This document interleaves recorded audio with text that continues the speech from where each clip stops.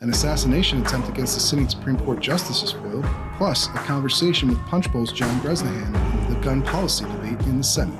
That and more on this episode of the Weekly Reload Podcast. I made the devil run. I gave him poison just for fun. All right. Welcome, ladies and gentlemen, to another episode of the Weekly Reload Podcast. I'm your host, Stephen Gutowski. I'm also the founder of thereload.com, where you can head over and check out our membership options today if you want to get exclusive early access to this here podcast and the opportunity to appear on the show in a member segment, as well as access to hundreds of members-only pieces of that focus on an analysis of firearms policy and politics. This week, we have a great guest who's been on the Hill reporting for decades now, John Bresnahan from Punchbowl News. He's a co-founder over there at the relatively new and exciting publication that's had a lot of great traction. Welcome to the show, John. Thanks for joining us. All right, thanks for having me on. Absolutely. So, there's been a lot of news out of the Hill lately on guns because the reaction to the Uvalde shooting has generated some real bipartisan talks on potential legislation that we haven't seen really probably since Sandy Hook, right? 2013. So what have you been hearing the overall state of play is right now? How close are they to a deal? On the Senate side, and the House, of course, passed a bunch of gun bills, including today. They passed a national red flag law today, the House. So that's not going anywhere in the Senate. On the Senate side, there's been a group of about 10, 11 senators talking from both parties, talking about a series of gun laws, new gun programs. This is led by, on the Republican side, it's led by John Cornyn of Texas. On the Democratic side, it's led by Chris Murphy of Connecticut. And then there's a core, kind of what we're calling the core four group. There's Kyrsten Sinema from Arizona, a Democrat from Arizona. She's part of this group. And Thom Tillis of North Carolina. So those four are basically the core. And then there's a larger group that they are working with as well. And this is kind of what we do in the Senate now. We do gangs, the committee process is not really effective as much anymore. So they do gangs. Senators come together from both parties if they're interested in an issue. But it's really Murphy and Cornyn leading it. Murphy, of course, has been, one of the leading gun control advocates since Sandy Hook. And, he's big on this issue. Cornyn, of course, has, a long history on guns, on gun rights issues, going back to his days in the state of Texas. So, he has pushed on, suppressors. He's pushed on, reciprocity on concealed carry reciprocity. He's pushed on this issue. So, and he did the last round of any kind of real gun legislation they did in 2018. They did some enhancements to NICS, the nationally fixed NICS legislation. So, but on this legislation, they're talking. It's hard to say. You and I were chatting before we started. I go back, like you said. I've been doing this. I've been on the Hill every day since '94. I first started coming up on '92. I go back to Columbine. I go back to, the debates after that. I go back to, the assault weapons ban in '94. Yep. So, but since that time, Congress, despite a number of, attempts, there's been very little actual legislation at all on guns. The last one being fixed NICS. So, like you said, after Sandy Hook, there was Manchin Toomey bill, and there was a lot of debate on that. I actually got on the floor, and there was debate. It got through the Judiciary Committee, but it didn't get the 60 votes it needed. It only picked up 4 Republican votes. Right. So since this is the biggest push since then, definitely in a decade, to get some kind of gun legislation, the bipartisan gun legislation that both sides can agree on. Do you think that it's going to even get that far as Manchin Toomey did with an actual written bill that they vote on? What's your feeling right now? I do think they will look, I mean, it's a good question. I do think they'll draft something. They're trying to come with the framework, quote unquote, by today. I don't think that's going to happen. Or if they do, it'd be very tentative and very fluid, and just maybe agree to continue talking, that kind of stuff. But they want to get. And I was talking to Dick Durbin, the Senate Judiciary Committee chairman, yesterday about this. The Democrats feel strongly that, there is momentum to do something. The time to do something is now. They would like to do something in the Senate before the Senate adjourns for the July 4th recess in a couple of weeks. They'd like to do it. This is the window that they'd like to do it. The momentum is there. I mean, everybody watched that hearing yesterday in the House, with the poor little girl from Uvalde and the parent. Yeah. I mean, it's just horrific. Everyone, you can't possibly watch that and not say, not be affected by it. So there is a lot of sentiment on both sides to do something. Again, I don't know if it'll come. My sense is, they'll I'll believe it when I see it. Let me put it that way. That's when I see a bill and they're like, okay, we're going to vote on it. I'm like, okay, well then maybe I actually believe it. But up until that time, I just have a hard time believing they're actually going to do something.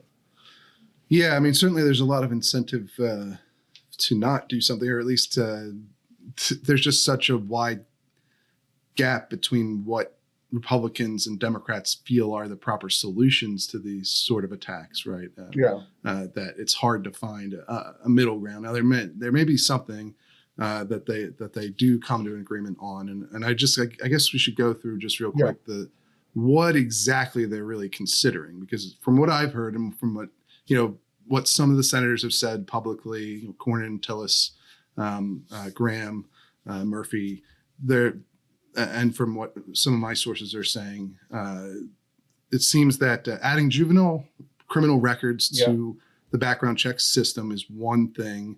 I don't know if I'm not aware of that being we can dig into that a little further, because that's it. That would be a big change to the federal justice system broadly, right? Because there's a long tradition in this country. We don't use your juvenile record against you, or we limit it. There's been a big debate on that for a right. long Yeah, I guess there's a lot in terms of the details of what that would mean. And some states add some juvenile records if they're serious enough. Right. Yeah. Yeah. I guess I would imagine that's something that's going to be very complicated to get through. I think that if they can, but that's something Tillis has mentioned explicitly. That is on the table. The other big piece of this would be a red flag law, but mainly it's going to be incentivizing the states to do something else. I believe it's 19 states and the District of Columbia have red flag laws in place. They want to incentivize the state. Now, the House passed a national red flag law today. That's not going to go. That's not going to pass in the Senate. So that's very different. Yeah. That would allow federal courts to issue these temporary restraining orders that seize people's guns instead of state courts. That's not going to happen in the Senate. So Blumenthal has worked a lot on this issue with Lindsey Graham on on a red flag program and an incentivizing program. Another big piece is mental health funding. What they're talking about, there's a bill or a program actually in place already. It was set up by a bill by Senator Roy Blunt in Missouri and Debbie Stabenow in Michigan. This operates in 31 states already. They would expand that to cover all 50 states. We're talking roughly $7 billion over 10 years, so $700 million. Some of this would have to be offset. That's a pretty significant amount of money. I mean, it's not huge in terms of a multi-trillion-dollar federal budget, but it's a significant amount of money. So that's a big piece of that. And that seems like something that would be less controversial. Although I do wonder, so there's those three things. And then I guess, what about Grassley's Eagles Act, where it's the Secret Service Threat Assessment Center being used for school shooting assessments? I haven't heard that specifically. I know Grassley is pushing on that. I know other Republicans are pushing on that. They are talking about school security issue. I think that would be something, if they did take that bill and put it into this package, that would attract support from the Republican side, which is, I think, what you need. And I Right. think one thing to really watch here is, and honestly, I see some of the coverage, and I think people have to be careful that I don't think the threshold is 60 here for Cornyn, because he needs 10 Republican votes, but I really Right. He think wants a majority of the I caucus, right? do. He really they feel strongly about this. I mean, this is a guy who wants to be leader. He wants to be Republican leader down the road. And we talk, this is a guy who is an expert on this issue. He is an expert on gun policy. He cares very deeply about this on a personal level. He's concerned about the Second Amendment issue on this. And he's concerned about, if you look at the Senate Republican Conference, there's Mitch McConnell, and he stands alone, but he's also 80 years old. And, there's guys who want to succeed him. Cornyn's one of them. The other is John Thune, who's in re-election this year. And then there's John Thune of South Dakota, the minority whip. And then there's John Barrasso of Wyoming. Now, Barrasso is the number 3 Senate Republican. He's not, I don't care what it is. Barrasso's not going to be for any gun bill. He's not going to vote. So this is an issue for Cornyn.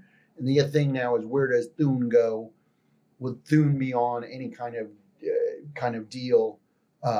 Thune's in re-election now. He's gotten through his primary, but he's in re-election. So I would think they would want to get Thune on board. So I think they're going to have to get this through this, to kind of thread this needle, if you would, is going to be difficult. It's going to be difficult Yeah. on the Republican side. Yeah. Hasn't that been a rule from McConnell that putting up bills for a vote, you have to have a majority of the Republican caucus back when he was the majority leader? Yeah, I mean, Isn't that something that he was He big did. on? It depends on the issue. Look, he didn't on debt ceiling, for instance.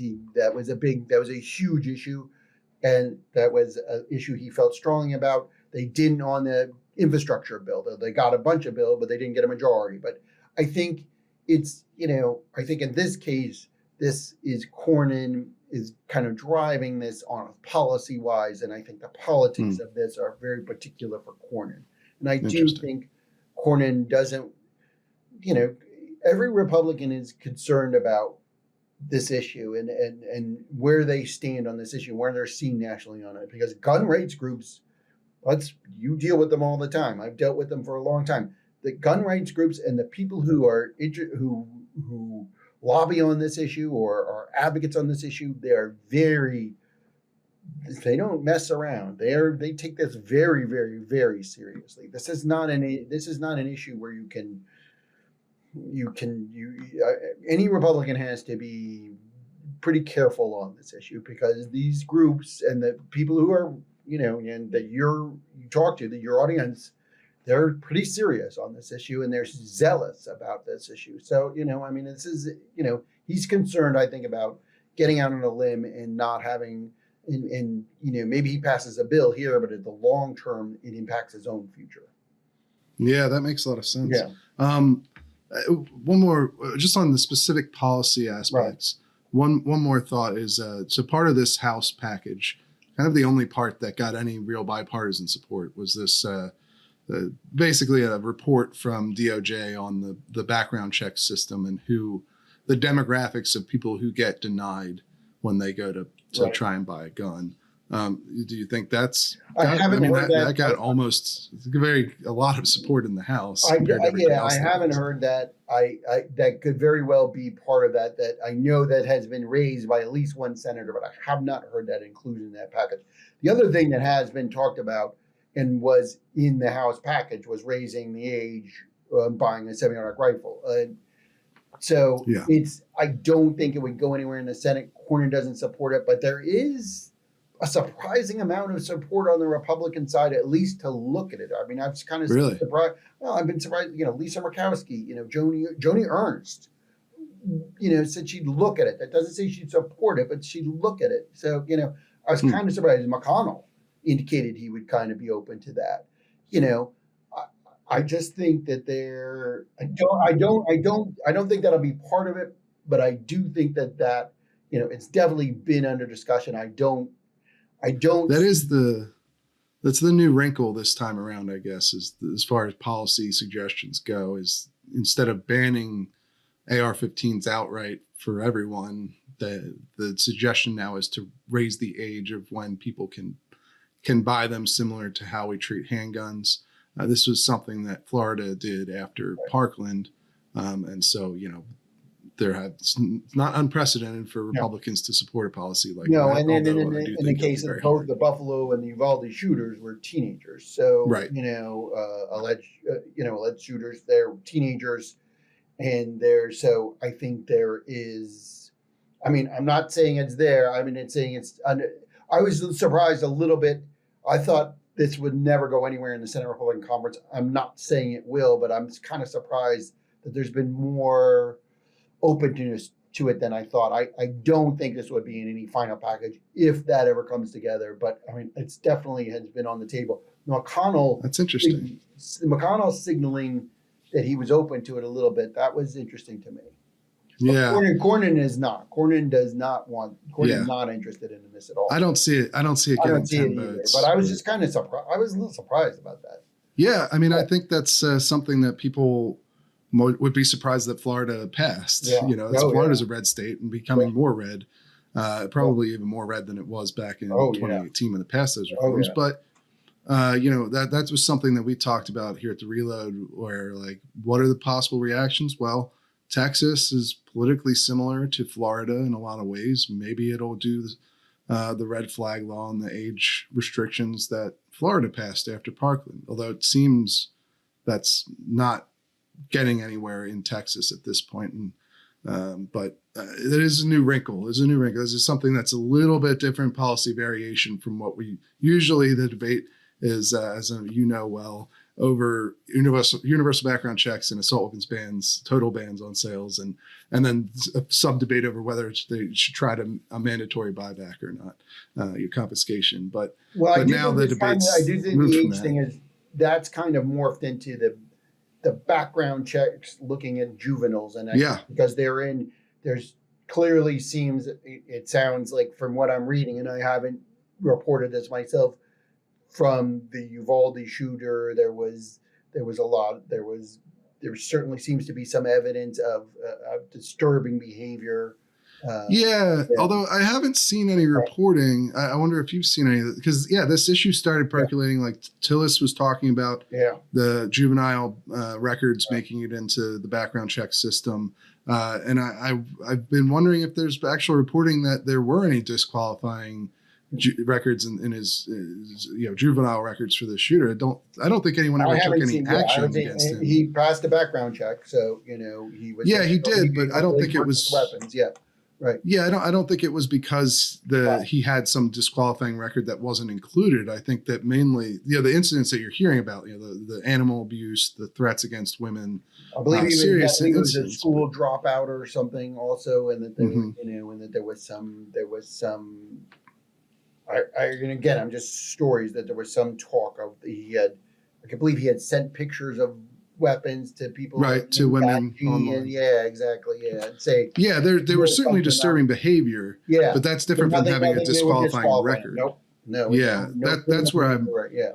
That's where I've been a little bit confused as to why this particular issue has suddenly bubbled up, because I don't know that either one of these guys had a disqualifying criminal record that was excluded because they were juveniles. Now, that doesn't, it doesn't mean that it's something that shouldn't get talked about or whatever, but I just don't know that it's directly connected to this case. Right. And so I've been a little bit surprised at how much traction it's gotten. But I guess I would ask you just a bigger picture question here. And it deals more with, we've talked a lot about the Republicans, right? Because that's going to be the biggest challenge, is getting Republicans on board with any sort of gun reform bill, given their solutions for mass shootings tend to focus on mental health and school security and so forth. But Democrats, I wonder, some of these things are probably broadly popular, the mental health program, school security, but I don't would Democrats in the Senate actually accept a deal that doesn't include some sort of gun restriction or gun reform? We Like, is talked. that really possible? Yeah, we no, we did something on this yesterday because I went and talked to some of the big progressives, I mean, the most liberal Democrats. We talked to Sanders, we talked to Warren, we talked to Mazie Hirono, we talked to Sherrod Brown, real progressives and real liberal Democrats, and you know what? They would take it. They would take it at this point. I do think there is a sense, and I think this is, that, and I think this goes back to a broader sense about the Senate itself. And you saw it, I think, in the infrastructure bill, and I think it goes into the same thing here. And I think you're seeing it kind of on the Electoral College Act and some of this other stuff. Is like, look, the Senate has to function some way. Yes, the Senate has been so bad. It got very bad under Harry Reid and McConnell. Nothing happened, and then there's been some progress in the last year and a half. They passed a major infrastructure bill that had been hung up for years. So they've been able to do some things together in a bipartisan way. I think there's a sense that, look, they have to show to the American public that, they're not going to there's not going to be universal background checks. That's not going to happen. There's not going to be an assault weapons ban. It's not going to happen. I don't think it could pass the House, and that's a Democratic run House. Forget about that. No, it certainly doesn't look like it. No, We'll talk more about that in a minute. Yeah. But yeah. So there's zero chance it'll get through the Senate. So I think there is a realism among Senate Democrats, even the most liberal Senate Democrats, to say, look, I mean, I had a long talk with Warren about this. We'll take anything right now. Anything is better than nothing. And I do think there's a sense that, after Sandy Hook, there was a tremendous amount of emotion. And nothing happened, nothing changed. And I do think, and you've talked about this, I do think there's a tremendous, I wouldn't underestimate this. There's a lot of emotion here, about this. This is, I think everyone's worried about gun violence as it is. And this is, the victims here it's so horrific. And in Buffalo, it's so horrific, and it's racially motivated. And it's, I do think it goes back, and also, I hate to say it this way, but we have two 18-year-olds. What's wrong with the country right now? And I think their feeling is that we've got to do something. And I feel this in both parties. We've got to do something. It is not going. No one is going to be happy with it. That's what comes out of this compromise. No one will be saying, well, that's, we're done on this issue. We'll never talk about it again. It's not there. But I do think that's the nature of compromise. Okay. I mean, we have, there's a reason 19 states have red flag laws, and including Florida. I mean, there is clearly, there clearly is some, strong support in law enforcement for the law enforcement organizations, police groups to say, look, we do have to be able to have families or law enforcement be able to intervene in some of these cases. It benefits society. So I do think there's a sense that we've got to do something, and I do think it's both sides. And I do think the liberal Democrats, I think they're realistic about this, and I do think a lot of it is Murphy himself on their side, because they trust Chris Murphy, because they know he really does care about this issue. And I do think on the other side, Cornyn has kind of that same cred with Republicans. They know he's not, he cares about gun rights, and he would, and anything, if John Cornyn signs off on it, it's going to be a reasonable piece of legislation, I would feel. And I do feel that kind of it play on both sides. Yeah, I guess my thought on it is just when it comes to, the refrain of do something, which is, obviously what we hear oftentimes in the wake of these shootings. Usually Democrats mean do something to restrict firearms. And so I wonder if I could certainly see a package that includes school security measures and the mental health component that we described earlier, having very broad support in passing the Senate. But if it doesn't include something like the red flag grant bill or the juvenile criminal records expansion for background checks. I just wonder if Democrats would accept that. No, Because, they wouldn't accept that. I do. Yeah, think there that's what I mean. I do think there has to be something. I think it's a good point. There has to be something on gun policy. I do think there has Yeah. to be. It can't be just societal. A mental as important as mental health funding is. It can't. That's not going to be the full solution, or any real solution to guns. I don't think they could go to some of the gun control groups, every town and all, and say, "This is what we've got." I think Yeah. those groups would flip out. And Yeah, that's the issue. I Yeah. think that I'm seeing with any sort of deal is like, yeah, I could see those two components being very popular and getting through if they were standalone or packaged together by themselves. But it'll be the harder part is getting agreement on the juvenile records thing seems like like it's more complex in terms of, I'm sure every state has a different standard for how they deal with juvenile criminal records. And I Um, listen. I do think that the social justice groups. I Yeah. do think it. I do think they. If it goes too far the other way, I think they'll wade into this. I mean, Yeah, I'm sure. So, and when I do, and like as we mentioned, we have a long history of trying as a society, as a country, and I say, look, this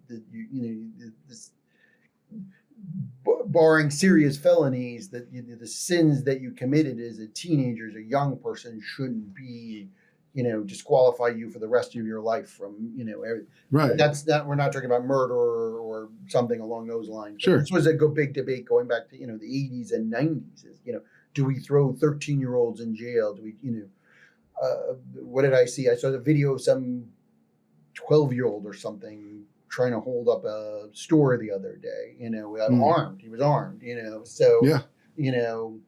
do we hold, but we as a society, we have made a decision. We generally, barring major felonies, we don't hold the sins that you've committed as a teenager against you. So I do think this is, like you said, this is a very complex issue, and I think that one's complex, but I think it's an easier lift yeah, than even the red flag bill, just because it deals with at least very serious crimes committed by juveniles. I'm sure that, Tillis, at least from what Tillis, obviously right.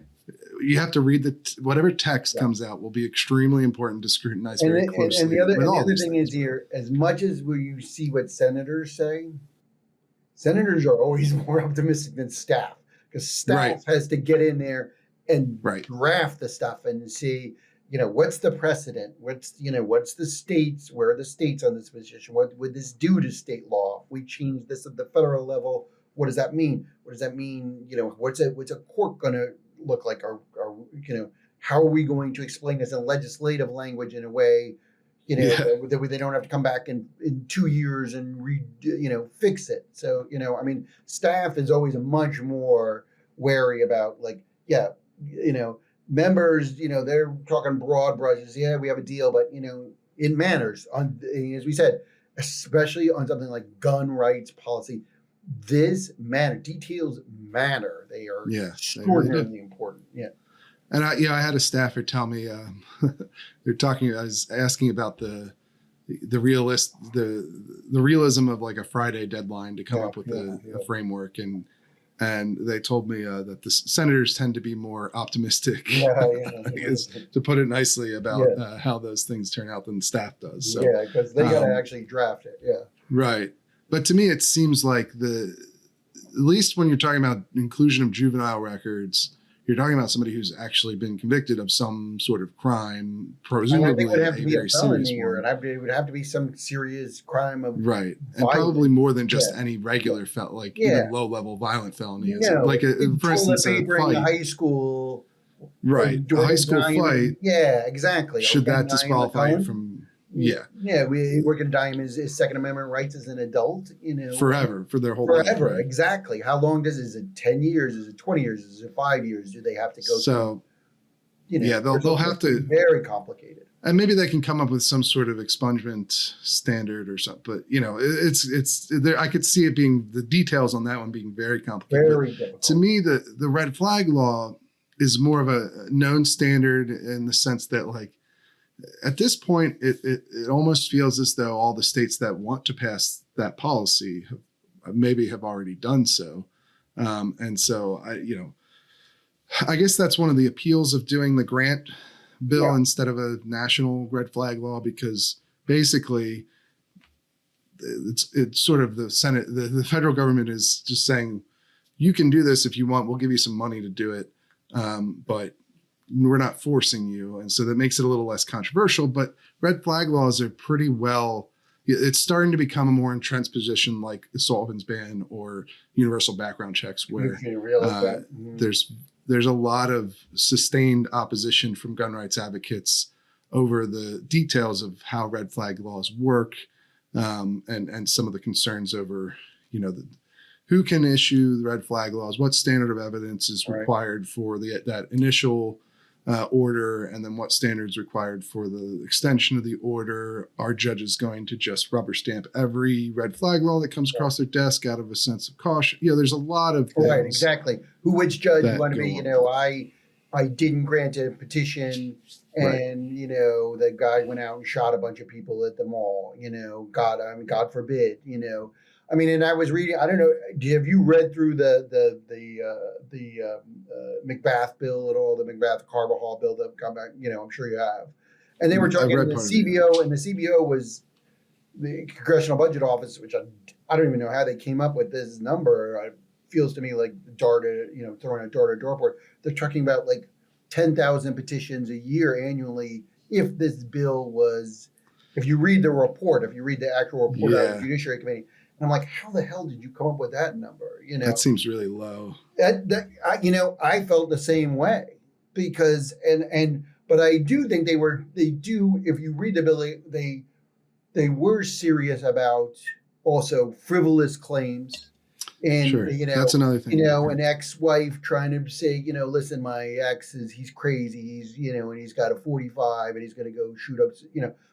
Because we do see that in relationships. There are claims, some dramatic claims made. I'm not saying everyone is, but they're the passion of a breakup or something. People say things, but people do things and breakups also. So look, I was like, how the hell did they come up with that number? It just seems to me just like 10,000. That happens sometimes with those kinds of estimates. But it's I wonder on a policy like that, which has fairly broad support. I think Quinnipiac put it at 77% in their latest poll. Still lower than universal background checks, which also can't pass. So that's the thing about it. It's like, even if it polls really well, because of the nature of gun policy making in this country, you tend to have the people who care most about the issue being more opposed to restrictions, and that it seems, at least, would be one of the reasons why, like, something, universal background checks might poll it. I think the Quinnipiac poll had it at 92%. Yeah. But even obviously it doesn't pass at the national level, and even when it's put up for a ballot initiative with direct vote by voters, it doesn't always pass there, and it always wildly underperforms its polling. You can look at, obviously, Nevada and Maine had ballot initiatives on universal background checks in 2016, and Nevada's passed, but only just barely, and it underperformed their polling by, 20, 30 points. Right. Same thing in Maine, except it didn't pass in Maine, and that was even in the same election, on the same ballot that Hillary Clinton won against Donald Trump. So, that's sort of one of the problems you face when you get into like the polling. There was a good piece by over in the New York Times with the Upshot about this sort of reality of the polling versus voting. Yeah, because I think everybody said, oh, we should, look, you have to have a license when you get a gun or a car. Why wouldn't you have a license? Why wouldn't you have, but anybody should get, but like you said, getting the actual legislation when it gets down to the state level and citizens see how they would be or could be impacted by it. I do think that becomes a whole different. Do you think that's the reality? Yeah. Is that something like, how does is that like, how does that really affect the senators? Like, do they see it that way? Do they notice this difference between polling? Like, obviously, if 92% of people support universal background checks and Republicans block a bill that would make that into law, but then they don't face any electoral consequences for doing that, do they notice that? Right? I mean, Yeah. I mean, senators know that, and I do think this is. I do think, and I think that's a good point. I think this plays into actually writing this bill. If they do a bill, if there is a Senate bipartisan bill, how do you actually write it? Because this is, again, well, yeah, let's make sure, kids, young people who had dangerous records as juveniles, let's make sure they don't, there's some kind of, waiting period or they go through a longer, their background check could be as long as 2 weeks or 10 days or something like that, more scrutiny for a younger person. I mean, how do you actually do that? How do you actually make that work? And I think that's a good point. And then as far as, one thing that's interesting about all this is that you can look at what the House has done. It's controlled by Democrats, and obviously the House operates very differently from the Senate in that there's no filibuster. You don't need the House is a dictatorship. Yes, right. Yeah, you don't need 60% of people to approve every bill. So you can just pass everything along party lines whenever you want to if you have the votes for it in your own party, right? But you look at the gun package that just went through, and there's for the final bill for those 7 reforms that they passed, they got exactly 218 Democrats to vote for it.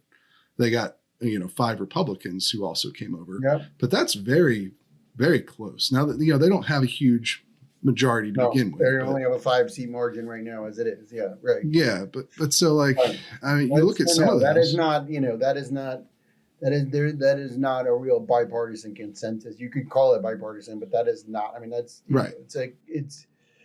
It's look, there are members who are in cycle and they thought it would, and look, I'm not going to underestimate their own concern about this issue. It's a very serious issue and their own feelings about this issue. But there is, I mean, you look at who voted for it on the Republican side. 4 of the 5 aren't running for re-election. Yeah, so exactly. Fitzpatrick's the only one, and he's had a long history. Yeah, right. So for gun control. Yeah, and from New York City, right? From he's from Pennsylvania, but yeah. I'm sorry, near Philadelphia. Yeah, I'm sorry. But what I guess my point, what I wanted to get at with that is, so they passed this package, and this is where Democrats can do effectively whatever they want as a party in the House. Democrats. And what they passed were things that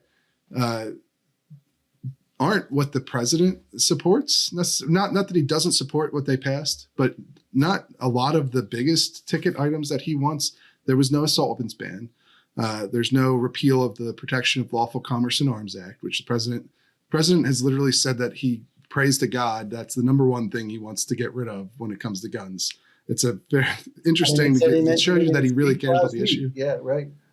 Yeah, he says it all the time, and it's a tell that he actually is deeply involved in the issue, because that's not something I think a lot of people even have ever heard of before. It certainly doesn't have the same level of notoriety as an assault weapons ban or universal background checks. But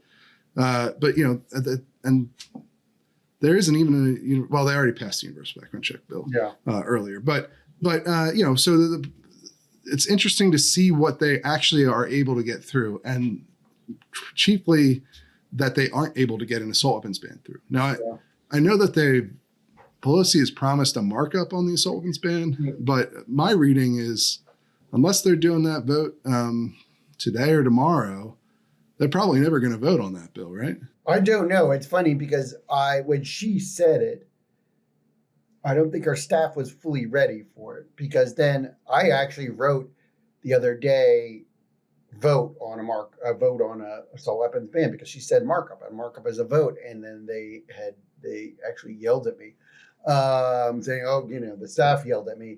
Yeah, I was like, well, Pelosi said it. She said markup. Right. Well, she meant hearing. She meant a hearing. But she said markup, and a markup is a vote.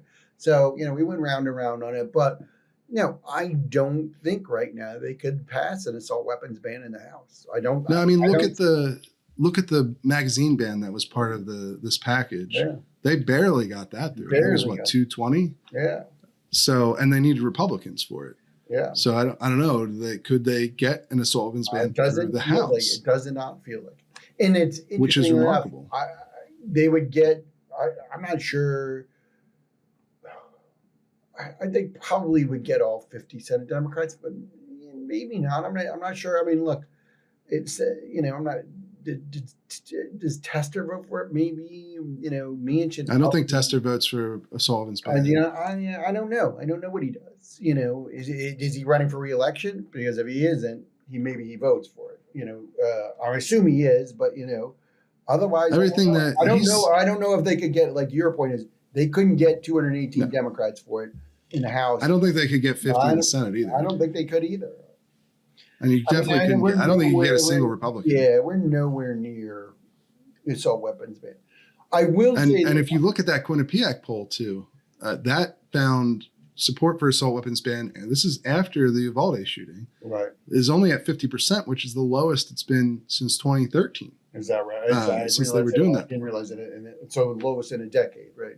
Yeah, which is crazy. I would do. Usually support goes I up. do have a question for you though, and because I am a Hill rat, I'm up here all the time, and I'm in the bubble of the Congress.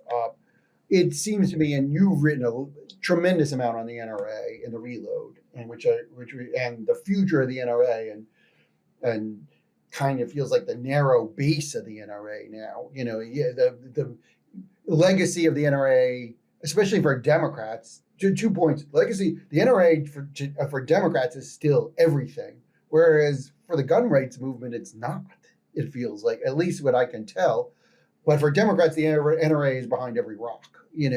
Right. Every tree, every rock, every they see the NRA everywhere, and it doesn't feel like it is nationally.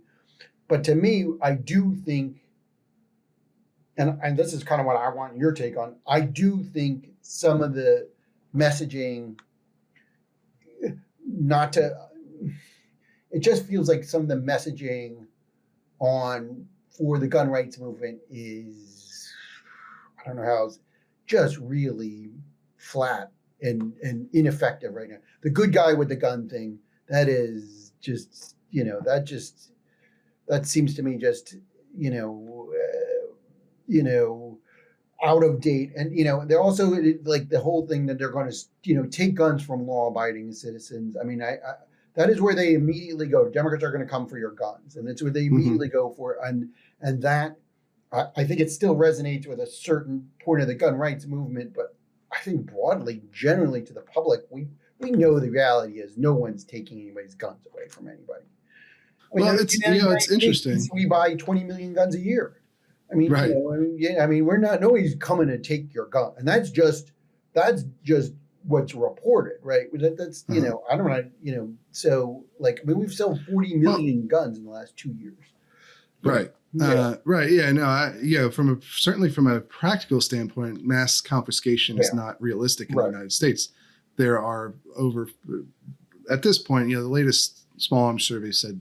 This is from 2018, which found there were like 390 million plus guns, more guns than people.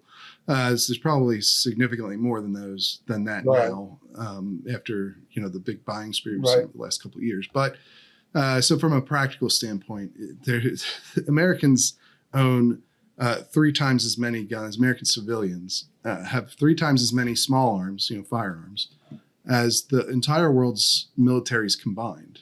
So I didn't realize it was. I knew we outnumbered. I didn't realize it was 3 times. Yeah, we have. Wow. The world's militaries have about 133 million small arms combined, all of them. Right. Americans own about 400 times as many firearms as our entire law enforcement community does in this country. Right. So just to give you some basic context, I think if people hear that number and they think, "Oh, we have a lot of guns." But they don't understand the context. Is we have way more guns than you could ever realistically try to round up. Even if even if it was just AR-15s, right? The industry estimates 18 million of those. Right. That's so if you got rid of 90% of them, people, let's just say 90% of the ARs out there, people were willingly going to turn in and destroy themselves. Buyback program. You'd still have twice as many ARs in circulation among civilians than the entire arsenal of the entire law enforcement community in the country.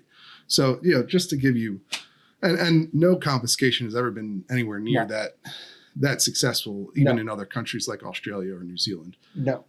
We're going to see how Canada handles their confiscation efforts. It's not going so well to this point. But anyway, I will say that when it comes to, we're in an interesting place, right? Because as Democrats nationally have become, at least not necessarily rhetorically, less forceful on gun restrictions but less practically able to pass the things that they've long talked about.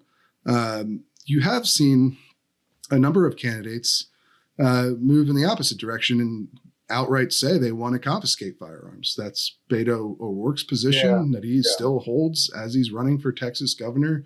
Even Kamala Harris, the vice president, agreed with Eric Swalwell in that she wants a mandatory buyback of assault weapons, so-called assault weapons. So there is this. I understand what you mean as far as I'm just kind of it's not practical, but I'm just seeing from a guy I'm so in the bubble. It's hard for me to see sometimes. Is the national message from gun rights groups evolving?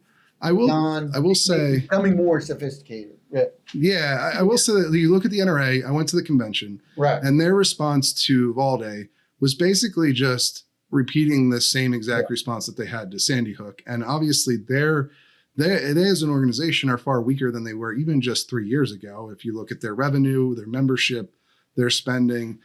So the NRA as an entity is much less powerful. We should probably do another episode where we talk maybe about what you're seeing on influence on the NRA on the Hill, but because we're running out of time, unfortunately. Back in the day it was tremendous. And today I imagine it's probably not the same level. No, back in the day, an NRA bulletin was that was amazing, and you could move probably 50 to 75 Democratic votes back in the day. Mm-hmm. In the 90s. Yeah, but they become I remember when John Dingell beat the gun locks bill, he and DeLay, following Columbine, they had 300 votes against that. Right. I mean, there was huge majorities against that. Yeah.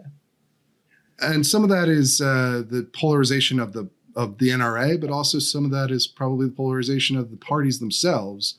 Absolutely. And which is driving which, I think, is a very interesting question. But one thing to notice is that the NRA is not the be all and end all when it comes to the power of gun owners in the United States. And you'll see that the people blocking these the assault weapons ban or the president's first ATF director nominee, for instance, are not Republicans with A+ ratings by the NRA. They're usually Democrats with D or F ratings from the NRA.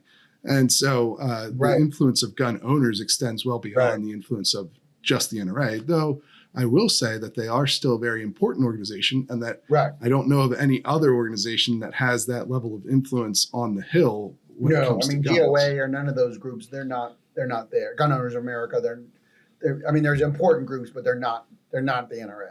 Not to the level of the NRA. No. That's the thing. No. So it's this interesting balance of the NRA is less powerful and not a be all and end all for guns, but they are still probably the most powerful gun related group on either side of the issue. And they still wield a lot of legacy influence. than anything. I'm just wondering if the messaging changes from the gun rights group, does that change the policy down the road? I'm not talking now. I'm talking maybe 10, 15 years where there is maybe some more bipartisanship. Like if we they're not going to seize our guns, but maybe we should, this is America. This is who we are. We are a gun society. We are a gun owning society. It's not going to change. It's been in our blood since the beginning of the Republic. It's not going anywhere. Right. Maybe we can have less. I just from when you look at the gun rights movement and the groups that have come up to fill some of the void left by the NRA's shrinking, you don't see like a lot of more moderate positions on gun policy being taken. If anything, it's probably the opposite. You think in 10, 20 years that will still be the same way? I don't know. What will be most interesting, I think, is to watch this new breed of gun owner, this new class of gun owner that's come up the last couple of years, who are younger. Right. There's more minorities. There's more women. More affluent. There's more. And they live in more urban areas. So how will they change the gun debate? And my guess is actually that they'll make Democrats a more gun-friendly party in the long run. That would be my thought. Very interesting. Yeah. But we'll have to see. That's what I think the long-term trend to watch. But tell me before we end here. Yes, sir. Tell everyone a little bit about Punchbowl. You guys are brand new, but you're some of the top Hill reporters out there. Came together to start this new publication. Thank you very much. That's very kind of you. Yeah. So it's myself, Jake Sherman, and Anna Palmer. We're 3 longtime colleagues. We were at Politico together. I basically raised them. They're my children. No, I knew, like I'm the old guy. I've been on the Hill for 30 years. So, but I work with them at Politico. I've sat in this, I basically sit next to Jake for the last 13, 14 years now. We have covered a lot of stuff. We left Politico. We started Punchbowl on January 3rd, 2021. And of course, 3 days later, there was the insurrection. So, and then we covered the impeachment, and then we've covered this Democratic majority, Biden's presidency and what's that evolving to, and now going into midterm. We've been, knock on wood, we've been really successful in building an audience. We're trying to do a little bit different. We're not going to, I'm not the Washington Post. I'm not the New York Times. I'm not going to have 1,000 reporters. We're trying to build a community. I think you go through this. We take a lot of interaction with our readers. We try to do brown bag lunches. We try to, answer every email, answer text messages. I mean, like it can't just be, I think one of the problems that we've seen clearly and what with the media, it's fracturing in some ways, and I think that's good. And I think in the long run, I mean, like it can't just be the New York Times jams a story down your throat, and this is what it is, because the American public clearly ain't taking it. Okay, the status of the media is lower than it's ever been, especially in my career, and I think that's because we sit back and say, this is what's happening, and you have to accept this is what the reality is. And you know what? The public is smart enough to know they have Facebook, they have social media, they have information. You talk about like gun rights owners and gun control habits. They read the legislation now. They know what the hell is going on bills. They tell me, they look at this provision, So I think there's a lot more information out there. I think people, in a lot of ways, yes, they're more partisan. There is hyper-partisanship, but they do have information and they do have a point of view and they want it to be heard. And I think we're trying to hear them as much as we can. We're trying to have a conversation. We're not trying to just jam it down their throat. And so where can people go to find more reporting from Punchbowl? Because you guys do a lot of original reporting. We do. It's a lot of stuff you can't find elsewhere. No, punchbowl.news is, you can sign up. We have a free morning newsletter, comes out at 6 a.m. every morning. That's every day. That'll give you our take on what's happening on the Hill. We're very Hill focused, very White House focused. I'm not going to be covering, I'm going to be trying to cover the leadership and substantive issues. I'm not covering Twitter fights. I don't care. Mm-hmm. The members can have whatever damn Twitter fights they want. That's not my business. I'm trying to tell you what's happening today. And more importantly, the most important thing that any journalist can tell you, what's going to happen tomorrow or next week or next month. And that's what we're trying to do. Yeah, absolutely. Well, I recommend it. You guys do great reporting, and I really appreciate you taking the time to come on the show. It's been great. I'm a big fan of the Reload, and I hope everybody reads it. And I'd buy a subscription because I did. Yes, absolutely. Listen to this man. All right, ladies and gentlemen, welcome to another weekly news update. I'm here with Reload founder Steve Gutowski. How are you this week, Steve? I'm doing all right, Jake. How are you? I'm doing all right. Some crazy news this week to lead us off here. Been a busy week. Yeah, no doubt. Another one. There was a assassination attempt on a sitting Supreme Court justice that you wrote a story about. If you want to fill us in on what happened. Yeah, a story that maybe not a lot of people have heard of at this point, which is kind of Which is bizarre, crazy. Yeah. right? This was an actual attempt to kidnap and assassinate Supreme Court Justice Brett Kavanaugh. That happened on Wednesday morning, and it's gotten, frankly, very little media coverage for some reason. People can speculate as to why. I think one thing is that the way this attempted assassin, frankly, I mean, these are allegations. Obviously, he's in custody and facing charges, but according to an affidavit filed by the FBI, one of the things that may be dampering the media attention, I don't know, it's not really a good excuse, but he turned himself in eventually. But I think that what a lot of people are missing is that it's not as though he had this idea and then turned himself in and was never close to carrying it out. What happened was, according to this affidavit, he showed up at Brett Kavanaugh's house with a gun and a knife and a crowbar and a hammer and zip ties and a tactical vest. He was dressed all in black at 1 a.m. And he approached the house and noticed that there were two U.S. Marshals standing guard outside of it, which he then turned and walked away from the house. And remember, this is all at 1 a.m. It's not like he was touring the area or part of the protest groups that have actually continued to protest outside of his home even after this assassination attempt unfolded yesterday or on Wednesday. It's yesterday. We're filming on Thursday, but yeah, he went and turned himself in. In fact, he called the police and said that he was had suicidal thoughts and was going to kill a Supreme Court justice.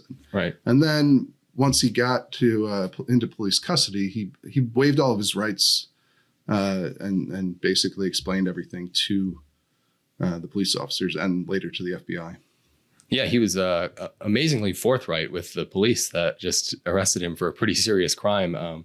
Explained to them that he was motivated by the impending overturning of Roe v. Wade, as well as the potential, what he called loosening of gun laws, obviously in reference to the New York State rifle and pistol case that we're awaiting a decision on about New York's may issue carry standard. So it's pretty remarkable that it's an admission that this was a politically motivated almost hit, essentially. Yeah. I mean, that's what it was. Yeah. It's pretty insane. At least according to police, right? Sure. This is what is in the affidavit filed by an FBI agent with the court. He's been charged with attempted kidnapping and murder of a Supreme Court justice, which is, I guess, a specific federal crime. I imagine that carries, I guess, more time than just regular attempted kidnapping and murder. But either way, he was very much open in talking to the police about what his motives were, according to this affidavit. And he was explicit. He said that he thought Kavanaugh would be in favor of loosening gun restrictions, and that's why he wanted to kill him. He looked up his address online. He said he wanted to give his life purpose. And so he decided he wanted to murder a Supreme Court justice. And given the weapons he brought along, it sounds like he planned to do it in a fairly brutal manner. Yeah. As well. So, he brought along a crowbar and a tactical knife, Glock 17 that he had recently purchased for this express purpose. And he flew across countries from California. And so he flew to Maryland. He took a taxi, apparently, to Kavanaugh's home after, his home's been identified online by some of the people who've been protesting outside of it since the leaked draft of the Dobbs decision, which is the one expected to overturn Roe v. Wade. Since that was published, there have been people protesting outside of the Supreme Court justices' homes, and some people have posted their home addresses, obviously. Right. And so that's how, presumably that's how he found it. We don't know for sure. He found it on the internet, according to the affidavit, and that's that's what motivated him. I mean, he's very explicit up front about his views and why he wanted to do this. He's a 26-year-old man from California. It's certainly a continuing escalation of what we're seeing in terms of trying to influence the court. It starts with a leaked opinion.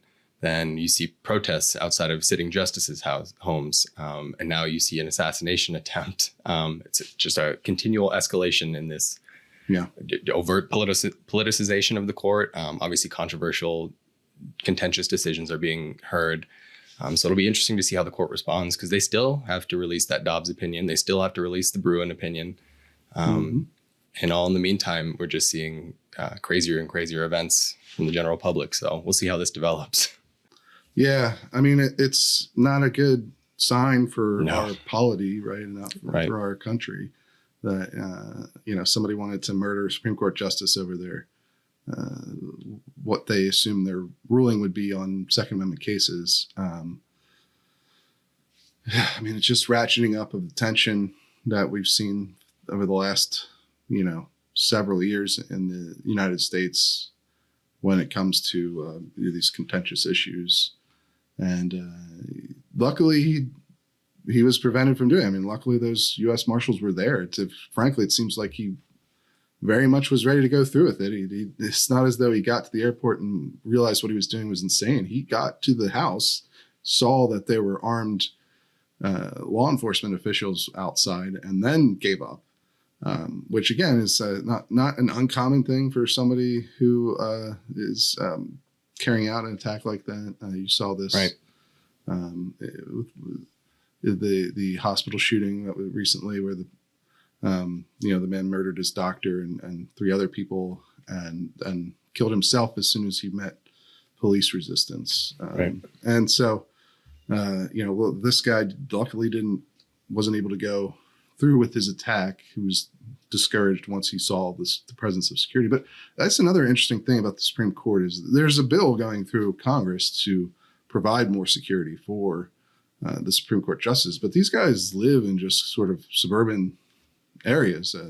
From the images we've seen of the protests outside their home, they're just in like a fairly normal suburb neighborhood, and sometimes they'll have like uniformed police standing outside on the lawn, but it's not like the White House by any means. Right, it's not some Secret Service detail. Yeah, and you've seen Supreme Court justices who travel without security details and have been robbed in the past. Was it John Paul Stevens, I believe, was robbed twice in the same year, just a few years ago, before he retired. And I mean, it's a little precarious, the security of the Supreme Court justices. Although, I know it's at the very least, I don't recall if there have been Supreme Court justices assassinated in the past. There may have been, but certainly it's been a very long time. And hopefully we don't get back to that era. We certainly, the 1960s was an era of both rioting and political assassination, and great social upheaval. Hopefully we're not moving into that time period again, although crime is way up. We had rioting recently, and now we've had an attempted assassination plot that was almost carried out. So I don't know. Hopefully we can reverse course as a country and stop going down this path, because it's not a pretty one. Yeah, here. Changing gears just slightly. We got a pretty remarkable poll from Quinnipiac out, I believe yesterday, on the status of public support for an assault weapons ban. And I think you're going to have a piece. By the time this comes out, you'll have a piece out about what that poll says. But if you want to give us a little flavor of what they uncovered about support for an assault weapons ban. Yeah, interestingly, support for an assault weapons ban actually decreased in the aftermath of the Uvalde shooting and the Buffalo shooting and the hospital shooting that I referenced earlier. But it's now at its lowest point in the Quinnipiac poll since 2013, with just a bare majority, 50% supporting an assault weapons ban. And I believe it's 45% opposed and 5% didn't answer. But those are really low numbers for that policy. And seems to be a continuation of a recent trend. We've written about this in the past. I think you had a piece on the last Quinnipiac poll that asked this question last year. And usually what you'll see, and the other questions in this poll show this phenomenon, but usually after a high profile mass shooting, especially one as horrific as Uvalde was, with the killing of 19 children and 2 teachers, Right. Support for gun control increases across the board on nearly all policies, Right. with one exception that I'll get into in a second. But you did see that with the other policies put forward in this poll. So general support for stricter gun laws went up. It's now at 57%, which is still fairly low compared to traditional support for stricter gun laws, Right. that you've seen even a couple of years back. So, and look, this is the very first poll that we're really getting digging into these issues in the wake of Uvalde. So it can't take away too much from it. It's just one poll. Right. We'll see if other polls match this finding, but yeah. So you've seen an increase in general support for gun control. You've seen an increase in support for universal background checks, which is up to, is at 92%. I mean, that policy always polls really well. Right. You had a piece on why that doesn't necessarily translate to actual laws being passed Right. or people being voted out of office for opposing universal background checks that people should check out if they want to understand more about that. But there's other policies, even raising the age of purchase for all guns to 21 polled really well. Red flag laws polled, in the 70 plus area, and all those things increased in this poll. But assault weapons ban did not. And the one other policy that doesn't tend to increase in the wake of mass shootings, its support for it doesn't go up, is total handgun ban. Right. That which used to be popular back not that long ago in the 60s, right? Yeah. And 60% supported it back then, which is just unthinkable today, just because of how ubiquitous handguns are and handgun ownership is, even among people that aren't particularly fond of guns. Right. And now it's become something that you get maybe 18 or 19% support. Right. And most of these pollsters don't even bother asking the question anymore. I think Gallup's like the only one left asking about handgun bans. Quinnipiac didn't even ask. So I don't know. Are we starting to see assault weapons, AR-15s, become viewed by Americans in the same way as handguns are, which is that they don't think they should be banned regardless of what the circumstances are. So, because handguns are used more often in mass shootings and far more often in murder overall than AR-15s or any kind of rifle. And that still doesn't move the needle anymore in terms of the American public's desire to ban those firearms, because they become, obviously, they're also used by hundreds of millions of law-abiding civilians for their own self-defense. And I don't know if is that the way that AR-15s are moving now, is in terms of Americans' perception of them. Again, just one poll, so right. I don't know. But there's some, like you say, but like you said, there's some evidence in the political realm, because in the House gun package that just passed, there are several policies in there that passed: ghost gun bans, safe storage laws, magazine capacity restrictions. But you didn't see it. You saw an assault weapon, raising the age of purchase for an assault weapon to 21, but there was no assault weapon ban brought to the floor and voted on in that whole big package, even though it's a Democratic-controlled chamber of Congress. So, at least there's some political correlation to this, where it's like, yeah, we'll pass some gun control, but we're not going to touch that issue. Yeah, certainly. And that's a change, right? If you're looking for an actual change in gun politics over the last 10 years, that's a clear one. Yeah. That Democrats now do not support an assault weapons ban, at least not enough of them to get one through the democratically controlled House. Right. And certainly, I'd be surprised if you got more than I don't know, 40 votes for it in the Senate Right. today. You can get more for an age restriction, which is what they did instead in the House. But I mean, you only got 220 votes. They couldn't pass the magazine ban without help from a couple of Republicans. Right. They only had 220 votes for the magazine ban. So imagine, an assault weapons ban is probably even harder to get votes for. So Right. if you can't get the Democratic caucus to support even a magazine ban, now obviously most of them supported it, but the point here is that they couldn't have passed it on their own. They didn't Right. have 218 votes for it, and so I mean that's a legitimate, tangible change in gun politics, and it's moved in the direction of fewer restrictions, not more. Right. So that's interesting. And if you look at the history of state level assault weapons bans, I don't believe there's been a new one since the 90s, if I remember correctly. No, you see there like have been extensions. extensions and strengthening amendments and what have you, but no, not off the top of my head. I can't think of it. No brand new ones Right. since really the federal one went into effect in 94. There might have been, I might be a little fuzzy on the exact dates, but it's around that time period where most of the current assault weapons bans passed in places like California and Massachusetts, Maryland, New York.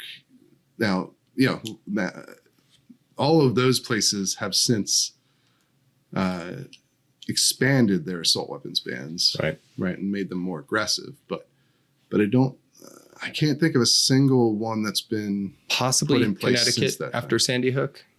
I don't know. if No, they had Connecticut theirs already before. had a ban Okay. on assault weapons. They expanded it after Sandy Hook, but it was already in place.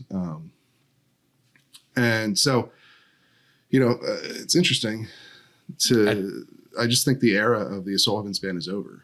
Yeah, I think that's Clearly right. now. I think there's something to that where Americans, even though broad gun control, more broadly might pull well, I think there's some sort of unrealized discomfort that many Americans have with total categorical bans of types of guns. That's why you're seeing a coinciding cratering in support for handgun bans. You're also starting to see the assault weapons ban support drop. It's like, oh yeah, maybe we'll tinker around the edges and maybe we'll limit magazines, but categorical bans Americans are kind of uncomfortable with is the impression I get. I think that's absolutely true. And Americans tend to favor bans on individuals based on their behavior. Yeah. Right. And if you look in this Quinnipiac poll, you'll also see that most Americans still blame mental health issues for mass shootings rather than the availability of firearms. There's 40% say it's mental health issues, whereas only 19% say it's the availability of firearms. So, Right. there's and there's a couple other factors. Family issues is like 11%, and Mhm. Social media is- 10% from social media, yeah. Right. And entertainment is at like 9% or whatever. So you like video games and music and stuff that you hear occasionally. People try to blame, but most people think it's a mental health issue, or the plurality of people think it's mental health and not just how many guns are in the country. Right. And in fact, in this poll, it shows people don't support limiting the number of guns in the country either. Right. It's interesting. I just think it's a new era, and one of the big reasons that I think there's less and less support for an assault weapons ban, both in polling and in practice, is that there's just way more of them than there used to be. There's it was estimated a couple of years ago, the National Shooting Sports Foundation, that there are 18 million modern sporting rifles, which is kind of the industry term for, these are all kind of somewhat vague terms. Yeah. Assault weapons ban, what's an assault weapon, right? It varies from state to state, depending on, places that have assault weapons bans, they have different definitions for what an assault weapon even is. So, Right. But modern sporting rifles is a similar concept where it's like AR-15s, AK-47s, and similar guns. I'm sure there's a specific definition that the industry has for it, but you get the idea. There's about 18 million of those, which is a lot. It's the most popular. The AR is the most popular rifle in the country, and you can tell every time you go into a gun store. There's a dozen different AR style firearms in most gun stores I've been in, Right. whereas there might only be a couple of other firearms for sale. Like, it's just an incredibly popular gun, and a lot of people own them for legitimate reasons, like home defense and target shooting and competitive shooting and even hunting of smaller game. And you can hunt deer, but it's not as popular for that because people tend to favor larger cartridges for that. But anyway, Right. the point is it's very popular now, so it becomes much harder, like handguns, to just institute outright bans on it. I think that's part of it. But All right. No, I think that's right. Like you said, it's only one poll, It so is. we'll keep tabs on this and see how it changes. it's one poll. But it's definitely an interesting thing. Yeah, to it's know. one poll, but it's one in a longer line of reasons to think that the era is it's just over. There's no more appetite for new assault weapons bans. But that's it for this week. If you want to get this podcast a day early or having a chance to appear on the show, which we need to do another member segment. We say this every week, but I need to actually schedule one soon. I'm hoping to have. We've had a couple members reach out, so we'll try to get some of you guys on because I enjoy doing those episodes. But you have to be a member to get that perk. So if you want to do that and get exclusive access to hundreds of members only analysis pieces and stories, you should go over to thereload.com and buy a membership today. We have monthly and yearly memberships. The yearly gives you effectively 2 months for free. So check it out. And I mean, that's it for this week. We'll be back next week.